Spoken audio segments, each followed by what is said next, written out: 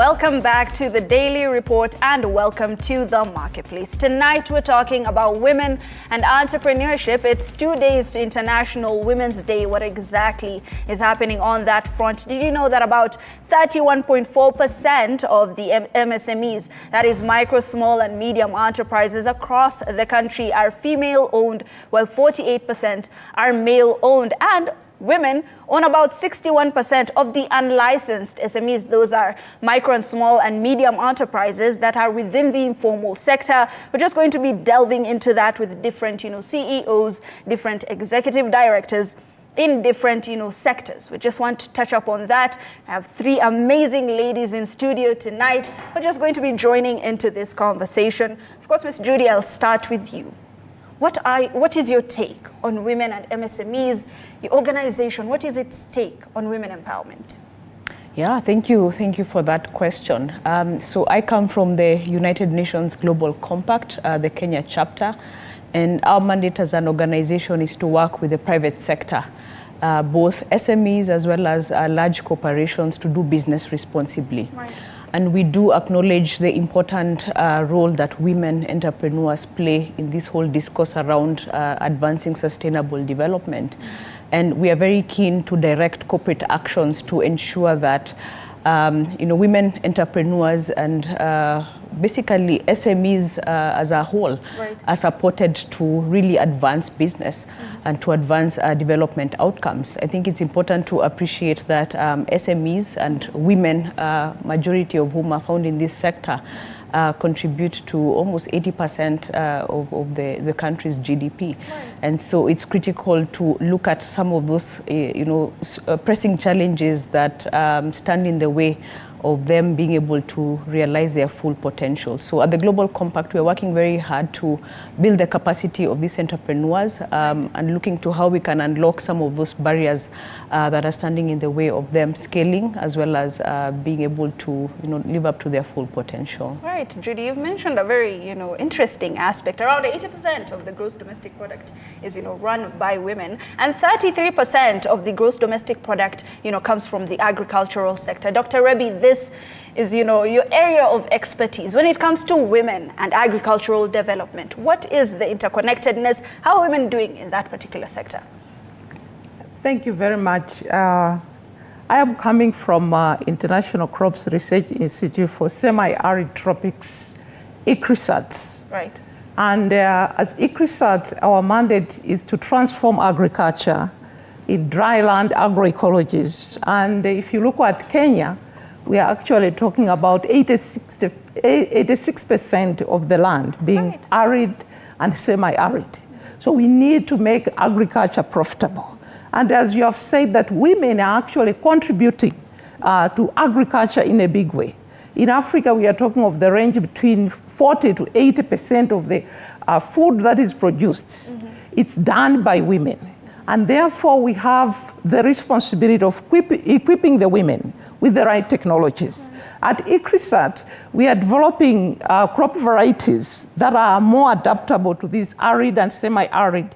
We are talking of sorghum millets that are very resilient, but also they are very nutritious, very important for women, but also the growth of children, because they are loaded with a lot of micronutrients like iron, which is one of the deficiencies we see in adolescent girls. So this is food that really is not just going to bring the calories, but also all the nutrition. Right. More importantly, we have to bring these varieties to the markets, and that requires aspect of business. Right. So women have to be equipped all the way from production, all the way to the markets, and at the consumption level, where you do a lot of this value addition. Right. Yeah. And it's very important to highlight some of these things within the value chains and across different value chains. And speaking of value chains, Maureen, of course, Kenya is going into the digital space. There's a lot going on in the ICT sector. How are women doing in that particular sector? I think we are growing. We started low. Right. It is still not yet where we think we should be. At a 50%, we are low, especially in the engineering space where I sit. Still male dominated. Right. But I think we are going to get there soon. we are going to pushing get for better. there. Yes, Right. we are really now, pushing on that. just to have things in perspective, ladies, I think we'll just run a few graphics here just to know where exactly we are, especially as women. How exactly are we doing in this particular sector? Now, the world is not on track when it comes to achieving gender equality. And there's a huge gap when it comes to these aspects. And a lot of people usually say, what exactly is this gender gap? How exactly is it affecting women? How exactly is it affecting productivity? Because at the end of the day, we see a lot of development in different aspects. Now, at the current rate, it will take 140 years to achieve equal representation in leadership in the workplace. Now, all of you are either, executive directors, your CEOs, your journeys are different. Judy, I'll start with you. How did you get to the helm of your corporation? Yeah, and that's a good question, which I think more and more women should be able to talk around, their leadership journey. So I've been at the head of my organization for the last, actually 10, going to 11 years. Wow. And it started really me, taking on,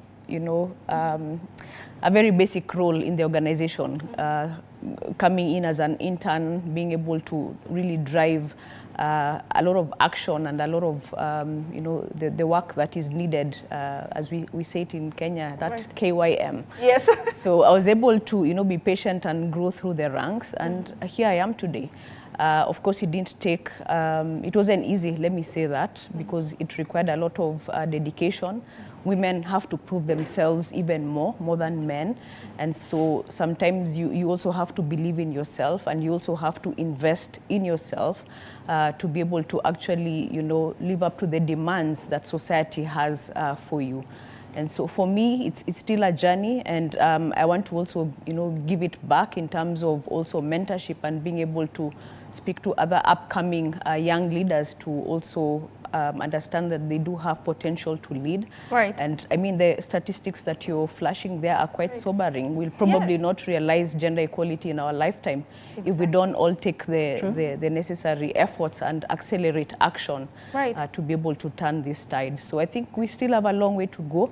But what we are calling for is, especially for the corporate sector, which is the sector that we normally work with at the Global Compact, is to accelerate action and to really translate those commitments to close that gender gap and translate them into action. But we are still seeing a lot of lip service, and I think that needs to change. Because 140 years is a very long time, and it will take around 286 years to close gaps in legal protection and remove discriminatory laws. Dr. Rebi, when it comes to discriminatory laws, legal protection, especially for women, what exactly would you say in your area of expertise you've seen, especially against women? Agriculture, as we know it usually is, in the traditional sense, the men are, the custodians and the leaders when it comes to farmlands.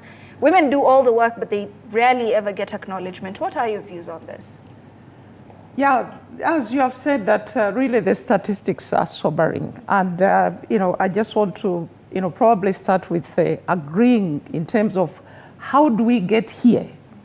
There is a lot of capacity building that is required at every stage. In my organization, where we are doing technology development, scientific technology development, we need people who are trained. Right from primary school, they need to have agriculture in mind, science in mind, going all the way to high school, universities, postgraduate. That area of capacity building, we need a lot of investment. Right. And when it comes to farming, equally we need to empower women. Women need to be empowered in all the resources that they need for them to bring productivity to a level where they can be able to feed their family, get the extra income to send their children to school. Right. Today we are talking of inequality between men and women. You find that women do not have access to land, for example. They have no access to credit, no access to extension. If we empower women, actually there is evidence today that if women were having access to these resources, the same as men, they would increase productivity from 20% to 30%. Right. And this globally would contribute 12 to 17% of increase in the people that are having access to food. Right. So we need to break this equality by creating awareness, even for our children, that we know tomorrow they're going to be the young farmers. Right. Tomorrow they're going to be the next generation that are going to be in this area of producing food that is feeding our nations. Right. Yeah. And food security is probably one of the biggest problems that we face, not only as a country, but of course within the continent. And as we continue to, digest on that, on 286 years to close gaps in legal protection and remove discriminatory laws, of course, policy changes are, important. We must be pushing them. Now, women remain underrepresented in business. That's about 5% of companies globally have a female CEO. You can imagine all these institutions, Maureen, that are being headed by different people, only 5%. Yep. Meaning there's a 95%, being represented by the other gender, 5%. What are your views on this? True. There's a bias on that. Mm-hmm. We walk into rooms where we have meetings, mm-hmm. and you count the ladies. Right. We are just 10 in that group. Mm-hmm. But what can we do about it? What we are trying to do is encourage the women, encourage the ladies from a young age. We are trying to tell them, get into this field. Not just because I'm in tech, but we are encouraging people, walk at the table, be a part of that table. Mm-hmm. Sit with the people who are making decisions. Mm-hmm. Remove out any self-doubt that could be with you. Instead, replace it with courage. Mm-hmm. It's courage that holds us down. It's giving us the self-doubt that we have as ladies, I see is also a problem, but we can change that perspective from when we're young. In engineering classes or in IT classes, at least 40% are ladies. But once they come out to the field, what happens to them? We become less than 10, as it's showing 5% are CEOs now at the level. But where have they gone? Where did they drop by? Right. Those are things we are trying to calculate. Those ones are changed through mentorships. Mentorships, like for example, we have one with one of our customers, Safaricom, where ladies are encouraged. This is what is happening. Learn from us, learn from each other. So with that networking sessions, the bias we are trying to break might reduce those 286 years, hopefully. Right.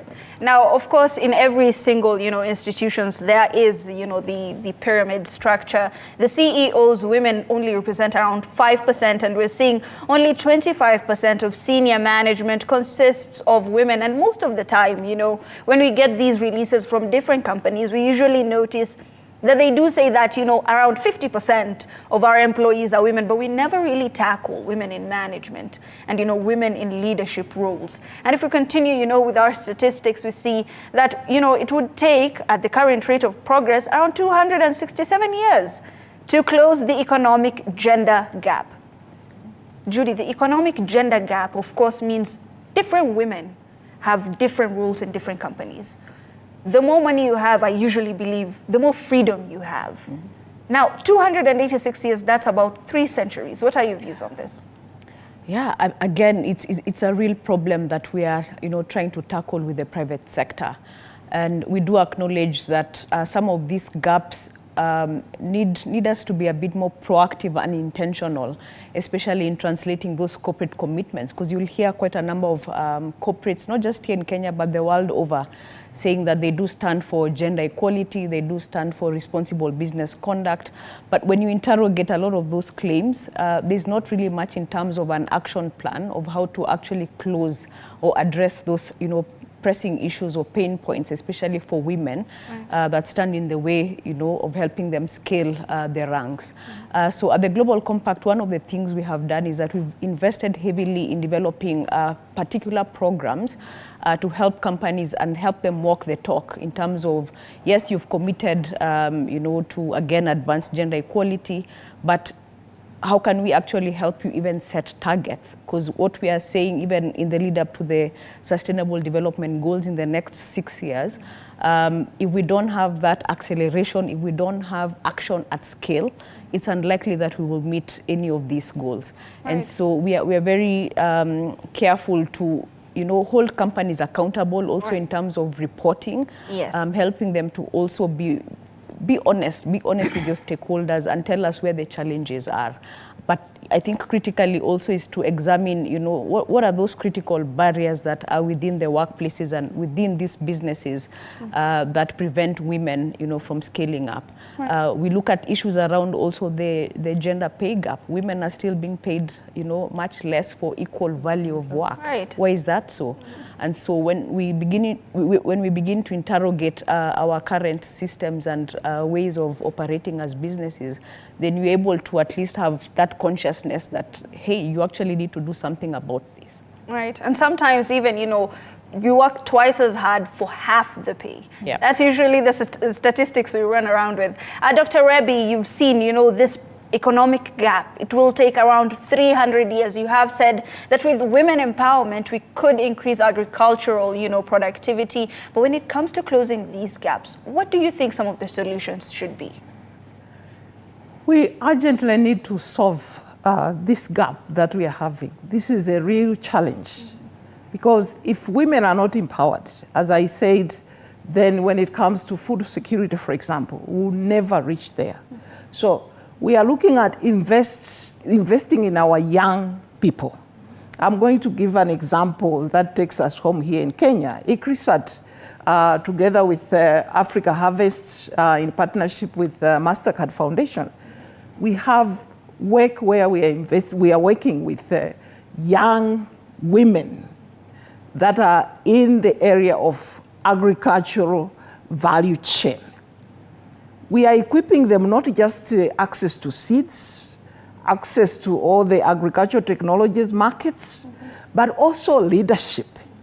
They need to be in a place where they have skills that they can be able to lead. At every stage, we need to have a leader, be it at a village level, be it at a corporate level. Many cases, we think leadership is probably only in the politics. Right. We need to do that even within the sectors of agriculture at every level. These women we are empowering becomes the change agents. We are talking today, working with a group of 120,000 young people, 70% of them being women.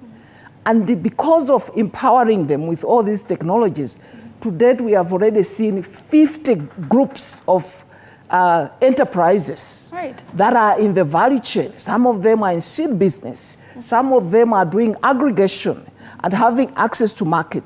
So we are basically empowering them even to be visionary in whatever space they are. That they should look at themselves to say, in the next 10 years, where do I want to go? So we need to invest in all these skill sets that we are most of the time associated with an office type of job. But in agriculture, this is what is going to be the engine that is going to transform our countries here in Africa. And I want us to be looking at this office the same way we start looking at somebody who is working, for example, somewhere, in an international organization like herself. And that, for me, that's why today we are even looking at this year's theme of, Women's Day. Invest in women, and then you accelerate progress. What it simply says is, if we don't invest in women, we are not going to accelerate. And for me, working in agriculture, I think the sense of agency is probably now more than ever. Because today, Africa still has over 200,000 people who are going to bed hungry. And if we don't empower these young people, young women, we will definitely not reach there. And of course, these gaps, they usually are reverberated in different sectors. We do feel them, these gaps. They translate even to the productivity of different sectors. Maureen, when it comes to this gap, around 300 years, of course, Dr. Rebi is talking about upskilling and ensuring women are equipped, and you've, of course, thrown the theme for this year. When it comes to ensuring that women are well equipped, what do you think some of the government's policymakers should be doing? Enforcing that the ladies or the girls from a lower level are part of the value chain throughout. When we enforce this, is meaning that let the girl child continue being guided throughout the value chain until the level that, as she's saying, not necessarily do they have to be in an office working with a white collar. they can still be in the farm but make value on it. So a policy to ensure that the girl child is mentored throughout, intentionally, even us as organizations, whether in private or in public sector. Let's hold hands of the girls at the lower level. Let's keep them, let's mentor them, let's show them direction. Let's give them skills, simple skills, leadership skills, time management skills, small skills like that, which will help them and themselves. In the long run, what we're saying is that when you equip the ladies, you accelerate the growth. Right. So those are things that we need to ensure that is being done. Right, and of course this will have a ripple effect, as I've said earlier, in different sectors. Now, of course, we have your views here within the studio, but as TV47, we like being in touch with the ground. As our name, TV47, we're in all 47 counties. Let's see what, women in different sectors are saying, mashinani. Ile mbinu tunatumia kupromote biashara zetu ni ile tu kuchukua malons. Tuseme wamama wengi sasa wanaishi na loan. Wanafanya biashara na loan. Tunapeleka watoto na loan. Na ujue ni hiyo biashara hiyo yote unafanyia, ulipe nyumba, ufanye kila kitu, ni loans. Kwa hivyo mama wengi sasa ni hiyo tu kuchukua loans na kuendelesha biashara. Ni ungangane utafute kile kitu angalao kitaweza kuenda. Kama wakati ule tulikuwa tunauza mahindi. Kwa hivyo sasa inabidi ushage, uze unga ndio upate kuenda. Kwa sababu kama si unga hakuna mtu, watu wengi wale wanafanya biashara ndogo ndogo ama wale wako kwa supermarket na wale wanafanya kazi za jua kali. Hawana time kuja kuanza kuchagua mahindi na kushaga. Kwa hivyo ni wewe mfanyi biashara upgrade uweke unga ndio watu wapate kununua. Right, those are two ladies. Of course, one is from Voi and another one is from Taita Taveta. The first is Mama Rose, who was talking about, access to finances. She's saying that a lot of women-led businesses are surviving on loans, of course, this being, affecting their daily operations. And the second is, of course, Mama Jane, who is saying that most of the time they do need to, ensure that they value add to the products that they usually have within the markets in order to ensure that they sell better. If we just look at our statistics here, women in the labor market still earn, around 23% less than men globally, and women spend about 3 times as many hours in unpaid domestic and care work as men. Now, Judy, of course, there's an influx of information here that we should be, guided through. First, we do see that there is a huge difference in what women earn. And of course, there is the unpaid domestic and care work that a lot of people do not acknowledge. And of course, Mama Jane and, Mama Rose were talking about what they usually go through. What are your views on this? Yeah, and I think these statistics really shine, a spotlight on some of those sticky issues that we must address if at all we are going to address this gender inequality, crisis, if I can put it that way. And I think looking at how workplaces and how, societies are structured, women are traditionally disadvantaged from the word go. And I think I like her point in the way that we need to figure out a strategy to work with women and girls, from the start and work with them throughout, throughout life and even throughout, their careers and their economic activities. And so there are a lot of issues touching on, of course, cultural barriers. There could be issues also on, policy constraints that still keep women, at the back and continue to disempower them. And I think we need to be able to acknowledge this and be intentional at whatever level, whether you're intervening at public sector or private sector. I think we need to be able to begin to unlock and turn some of those things around so that women can actually benefit. And I think it's critical to also note that we are not just advancing conversations for women. It's actually a conversation for society. Right. Because when women gain, when women prosper, it's actually the society that prospers. Mm-hmm. So even this whole issue around backlash, we're currently also facing backlash when it comes to how we are advancing gender equality. I think you've had the conversations around now, it's the boy child being forgotten. Right. No, we're not getting it right. Right. We need to understand that we need to carry the entire society together, and we need to take it forward. Right. So it's not we versus them. It is all of us at the end of the day. Right. And so it's critical that we acknowledge that these are issues, and women still. Women are still not really in the place or in the position where they need to be, even Right. as we begin to unlock these barriers. Right. And before, I proceed to Dr. Rebi, I'm seeing Dr. Rebi and Maureen are really agreeing with what Judy is saying. Let's go on a very short break. But when we come back, we continue to dissect this matter.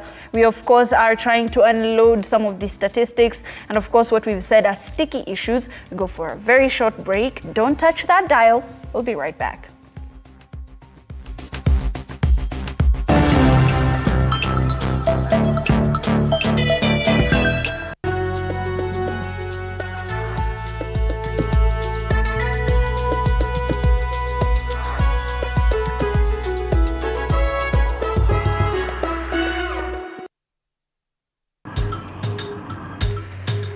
Na safari hii katika Mfahamu Kiongozi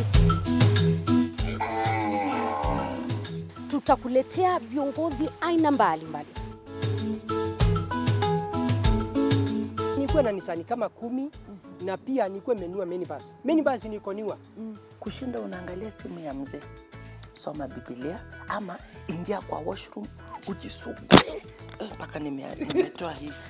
I don't know whether any of my children would want to get into the political field. Sijajua bado. Kila Alhamisi saa 1:30 kuendelea.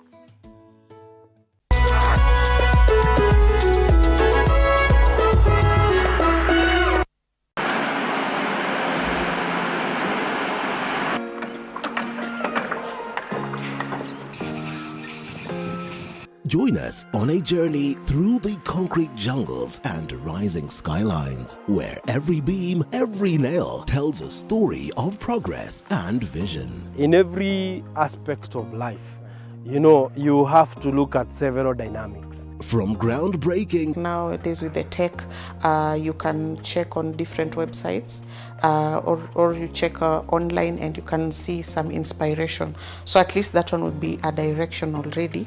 I'll know like what kind of style you're going for. to finishing touches, witness the dedication of the hard-working teams who bring these ambitious dreams to reality. The Realtor, Tuesdays at 6:30 p.m.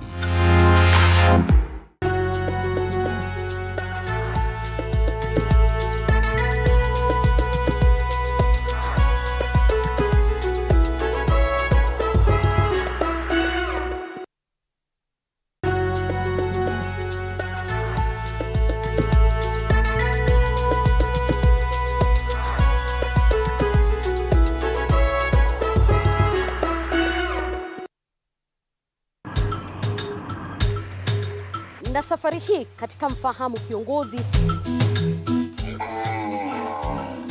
tutakuletea viongozi aina mbalimbali. Nikuwe na Nisani kama 10 na pia nikuwe menua minibus. Minibus nikoniwa. Kushinda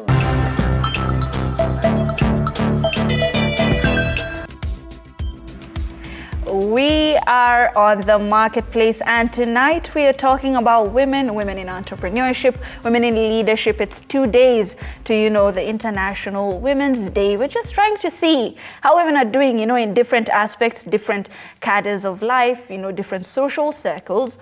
We were just touching on a few statistics. And before we went on the short break, Judy was just talking about, how important it is to ensure that women usually get, the funding that they need. We had seen what, women in Mashinani are saying. Dr. Rebi, what are your thoughts on, this conversation so far? Certainly we need to increase access of, finances to women. And of course, when they go to the bank, they will be told so many things. So one of the things we need to make sure that whatever money they are looking for, there is a business, it's an investment. And that needs to be guided. So as ICRISAT, we are actually providing training to these women groups in financial literacy, in how to design a business that is bankable, that is sustainable. And even more important, we need to start looking at what can this business do in order to become more profitable. Right. If we are talking of crops, for example, sorghum, millets, or groundnuts, there has to be value addition. Right. Today, if you buy in the supermarket peanut, it's these women in the rural areas who are producing that groundnuts. Right. So our job is to make sure that those women, first of all, they are trained with the right skills for producing that groundnuts. And that groundnuts, it should maintain good quality, but also they should be linked to these processors who are doing now peanut as the final product. Some of the processing we can even do at cottage industry level. So we need to bring access to mechanization. Right. It's one of the areas that is missing in agriculture. And I'm glad that ICRISAT, we work in partnership with our global offices in India, where there is a lot of mechanization to small-scale farmers like those we have here in Kenya. But they can be able to start even harvesting, with machinery, be able to process and do value addition. That business is different when somebody is just going to pluck and just sell to the next middleman. Yeah. So we need to be very innovative, that the same things that they're packaging and today it's going to cost, somebody an arm and a leg to get them from these supermarkets. Right. That has to be distributed across the whole value chain. Yeah. That even the producer in the village, the women that we are seeing of taking, they have to be sharing these profits. And we can do it with innovations and technologies. Right. And it's very important that we highlight this, because even Mama Jane was saying, in one of the app sounds that we just played, she was saying how it's important nowadays for them to go, you can't just sell maize. You go, you make flour, and then you sell it, and then you get more money. Maureen, when it comes to this 23%, difference between, paying men and women, there is, the salary gap most of the time. And as we've said, men are paid more for the same work or even for less work than us. Where do you think this gap is coming from? I think as ladies, we also need to learn to negotiate better. When we know what we are worth, when we know what we're bringing to the table, we need to speak up and also be able to ask for what we want. What happens in the interview is that a lady will come in and say, it's okay, I'll take what it is. But a man will come here and tell you, I know what I'm worth. He may not even have the skills as much as the lady, but they still have more negotiation skills, more confidence at that table. And that is back to what we are saying. We need to hold the girls to know that they have the skills. Let them speak out. Let them not go back after an interview and say, I wish I had asked for more. Right. Because for us at the back of the table, we are like thinking, is that all you want? Comparing to the other 10 people we have interviewed. So that's a bias that we still have and we still need to encourage. And I think I applaud the mentorships for girls from a lower level, because that is where they gain, because it's easier to mold them at a younger level than what we're doing now. For example, at Optimax Group, we're intentional to give internship to the ladies. We are intentional that a good performing lady will come in and be taken and employed. But how many of them will reach that level to come to the internship level? Yeah. So let us start building them and molding that confidence. Right. And then, of course, there's the elephant in the room nowadays. There is unpaid domestic care and work. We still are within, very traditional, most of the time, settings where a woman is the one who's expected to, take care of all the domestic work. And nowadays, you are expected, or most women are expected to chip in to, the daily spendings of the family. A lot of people do say economy imeharibika. So you're chipping in, but then you leave work in the evening, and then you still have to cook, take care of the babies, put them to sleep. Judy, where do you think, what do you think we should be doing in order to change this mindset? Yeah, and it's one of the issues that actually continues to perpetuate, one, the gender pay gap, but also the inequalities. And I think it's also a factor of socialization. So it is assumed as women that is your work. But we are also in a situation, or we are in an era where women are also going to work. So we need to be able to share this burden and to share it in a way that also allows women to be able to progress further in their careers and in the workplace. So what is happening is that, and if you compare a man and a woman who are starting their careers at the same time, it will reach a point where the man progresses way much faster, has more earning power. Why? Because the woman at some point had to stop. She had to, of course, you know, perform her childbearing duties. She had to, you know, care for the homestead. And so she's often left behind in terms of her ability to actually even scale up the ranks. And so one of the ways we can actually begin to address this is to have these conversations around how do we share the care burden, because at the end of the day, it can't just be left to the woman to deal with. And so we need to have a lot more of these conversations. And I think also just be very frank with ourselves in terms of, do we have some of those cultural norms that are actually standing in the way of our collective progress? Right, and it's important to have these candid conversations. I feel like even in media, most of the time, they usually say, you know, when you start having kids, it's a career ender. So, you know, proceed with caution. But these are conversations that must be had, because I do believe, you know, you can have it all if you want it all. Now, Dr. Rebi, women spend about 3 times as many hours in unpaid domestic and care work as men. What do you think we should do to reduce this time? 3 hours more, 3 times more. I beg your pardon. Yeah, I think it's really the issue of empowerment that we need to equip our young, from the time that they are in primary school.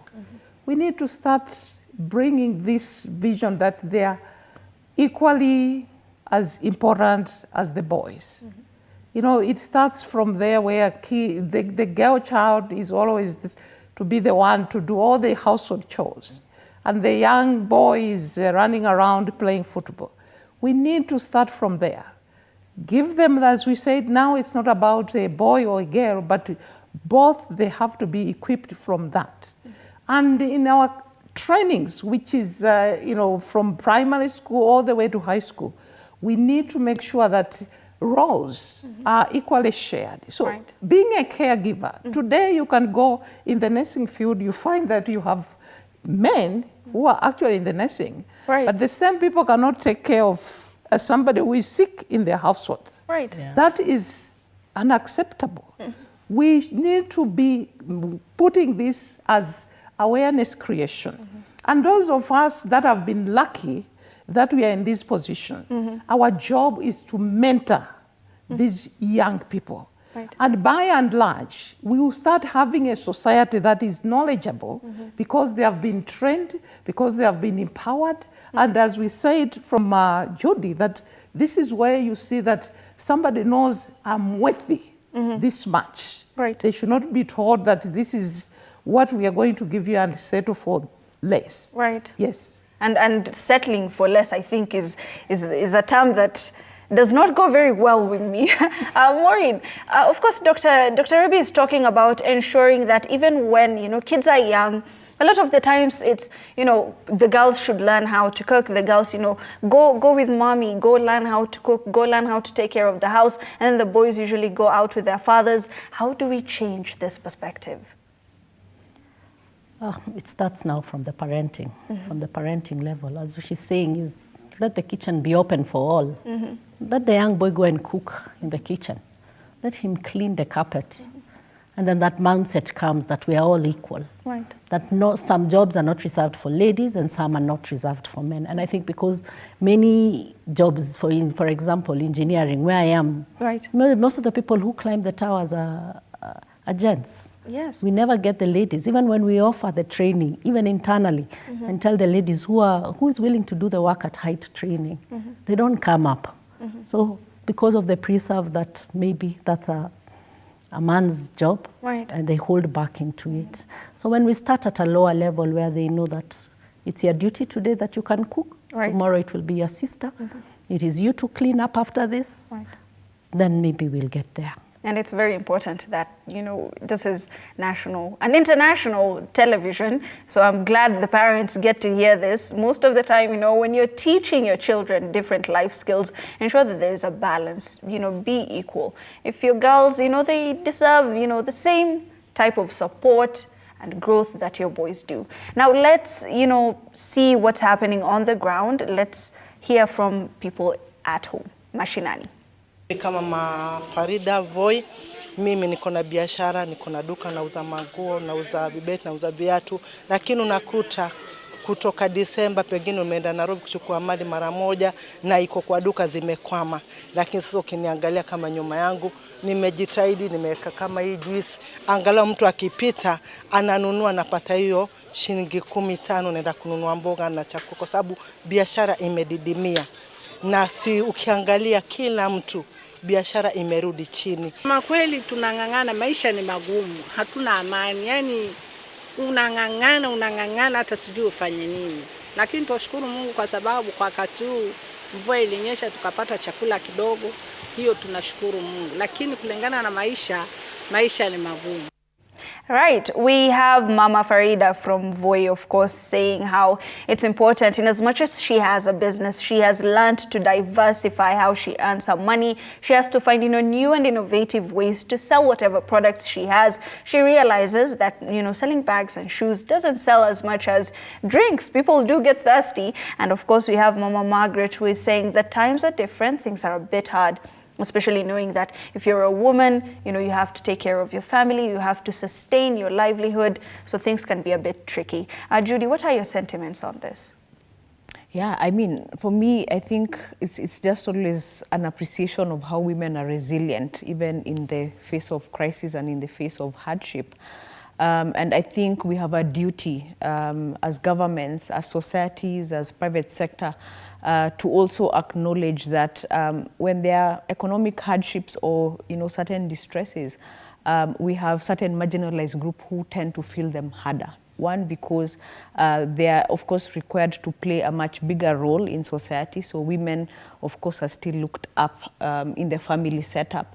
And so we need to also be careful in terms of the policies that we push forward and examine the impact that this will have, because it will not impact everybody the same way.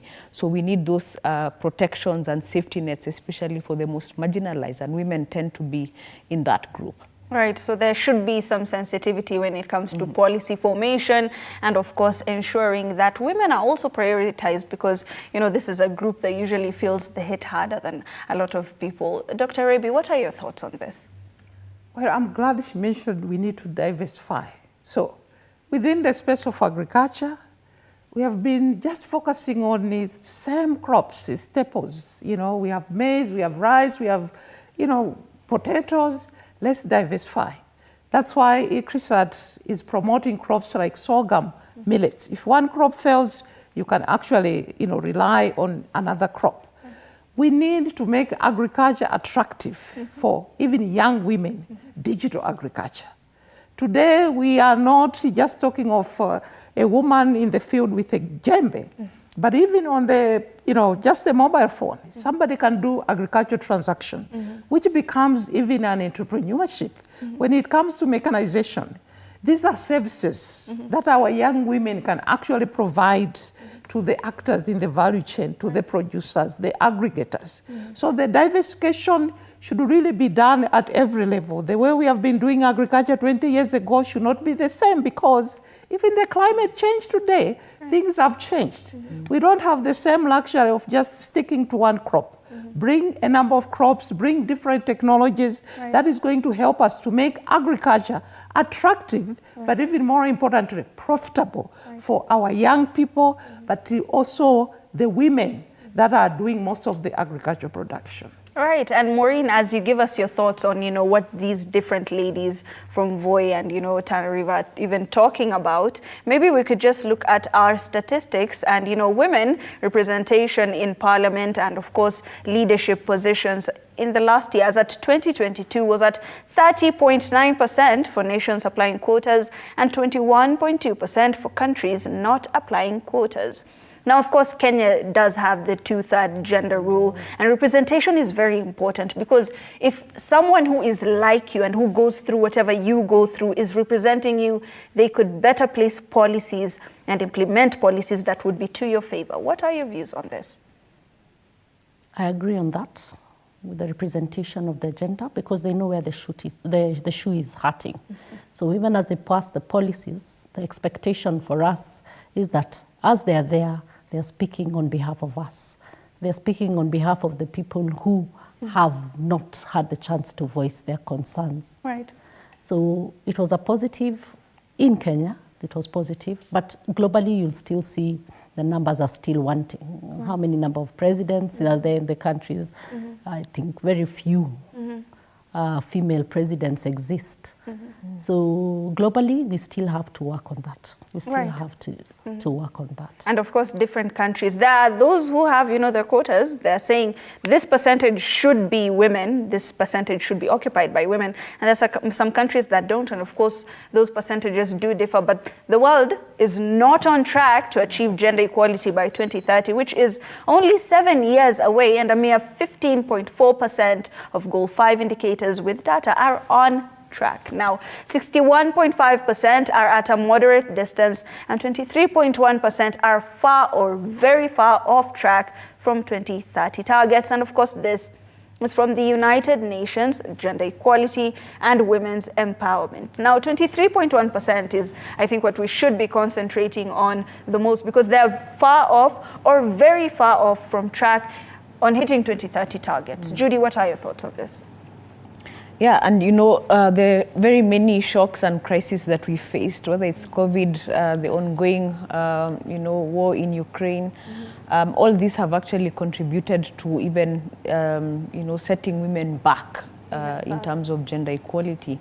And so what this actually means is that we need to reset, we need to actually double down on the efforts that we need to collectively put to really, one, catch up, but also drive a bit more progress towards those targets ahead of the 2030 deadline. Right. And so I think we are not in good shape, and because when women are not doing well, it means also the world is not doing well. Right. And because we will continue to face these very many crises, climate change is already raging on.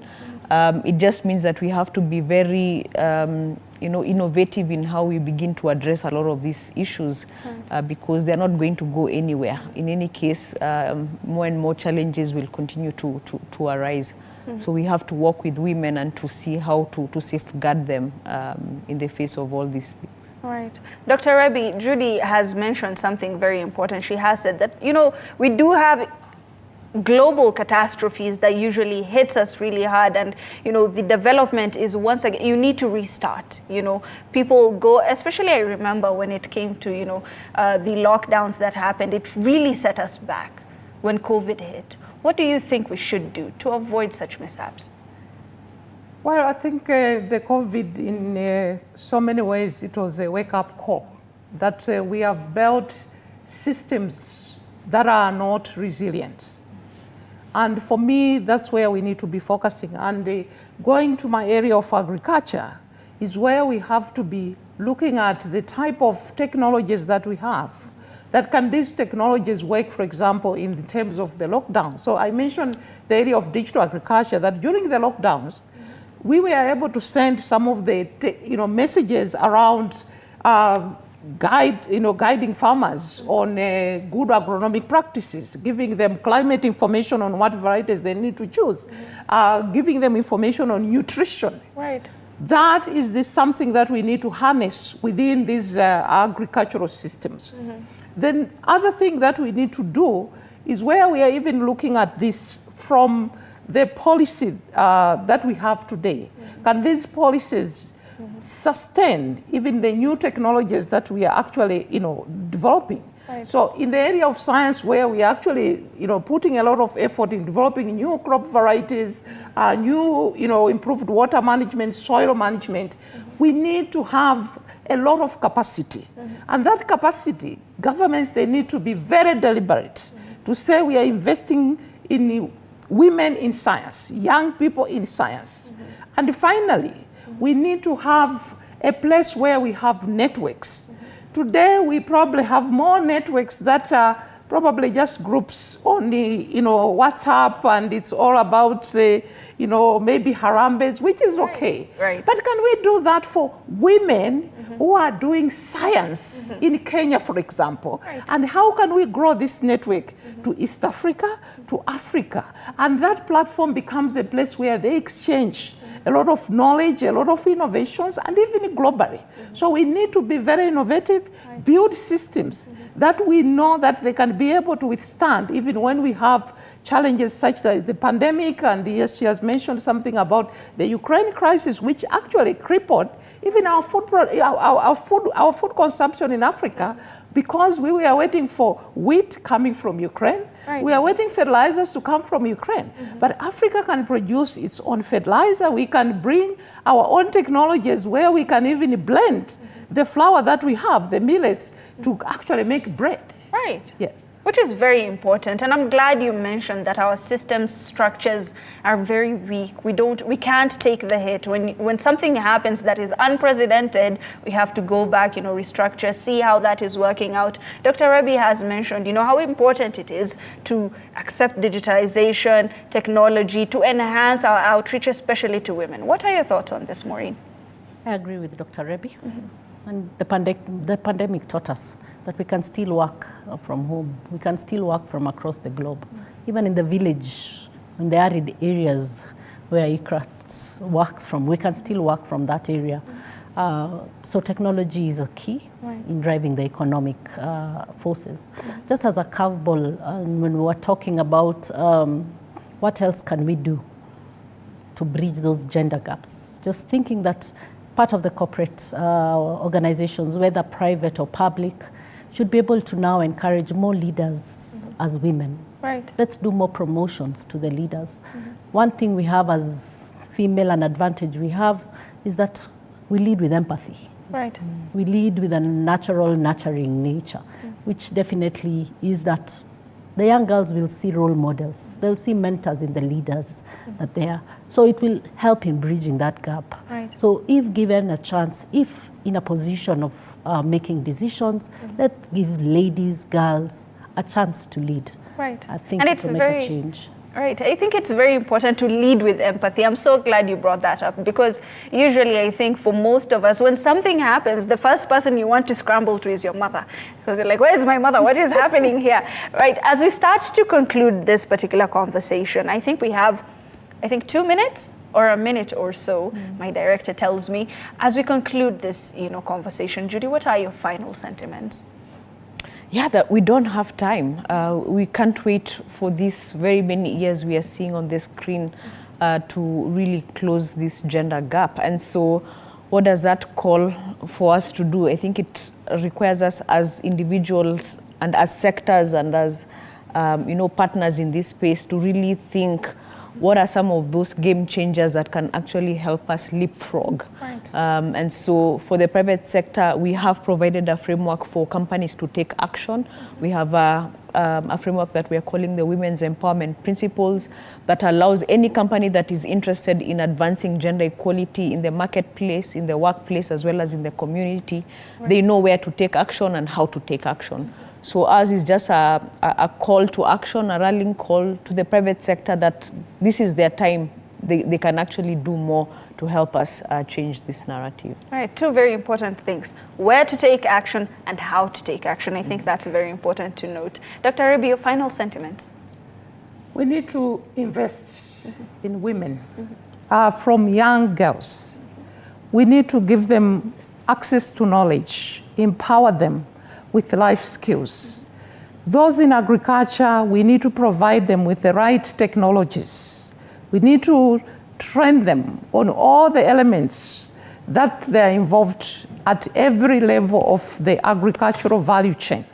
Be it access to finance, be it access to all the agronomic activities, they need to be empowered. Right. Investing in women, it's investing in generations to come. And as my colleague has said, there is a sense of agency here. This discussion we are talking, we have a target of 2030, and we do not have the luxury. And that needs partnership. Let's partner with public-private sector. Let's partner with our communities so that those figures that we have seen that are sobering today, we should not be seeing the same figures in 2030. Yes, I completely wholeheartedly agree with you. Maureen, of course you have had this conversation. We've talked about different aspects, you know, hitting on different people. What are your final sentiments? My final sentiments is to the ladies, the girls, the leaders, ladies who are in leadership, even the mamambogas, the people who are at the counties. We have what it takes. Let's kill the bias of self-doubt. Let's kill the doubt of fear. Let us deal and build each other to have courage to make those decisions. Right. Let us build each other to have courage to walk into those finance institutions and tell them, this is my business plan, and this is where I intend to see myself in another 3, 4, 5 years. Let's work together to get these finances. Right. Let's do that. Let's build courage. Let's shed off self-doubt. And I'm glad 2 days to, you know, International Women's Day, I have what is the opposite of a manel. We always hear about panels consisting of men only, manels. So I don't know if we should call this a womanel, right? One of a kind. As we look into women in entrepreneurship, women in leadership positions, women in MSMEs, we've touched all aspects that could be, you know, women could be grappling with. There are so many issues that we could delve into, but as the marketplace, this was what we're talking about. Thank you so much for being a part of this conversation. Of course, next week we have a different topic, and I hope we have another womanel, considering it will be a few days after International Women's Day. And thank you so much, ladies, for joining me tonight. Thank you so much for being a part of this particular conversations. For now, it's good night. My name is Hibak Said.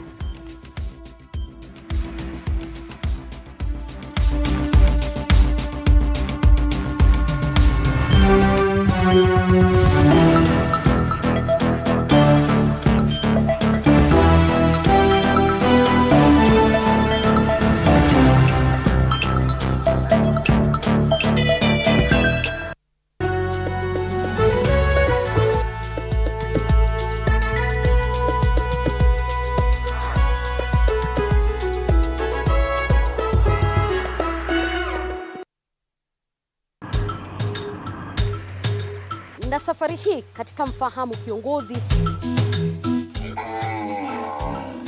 tutakuletea viongozi aina mbalimbali.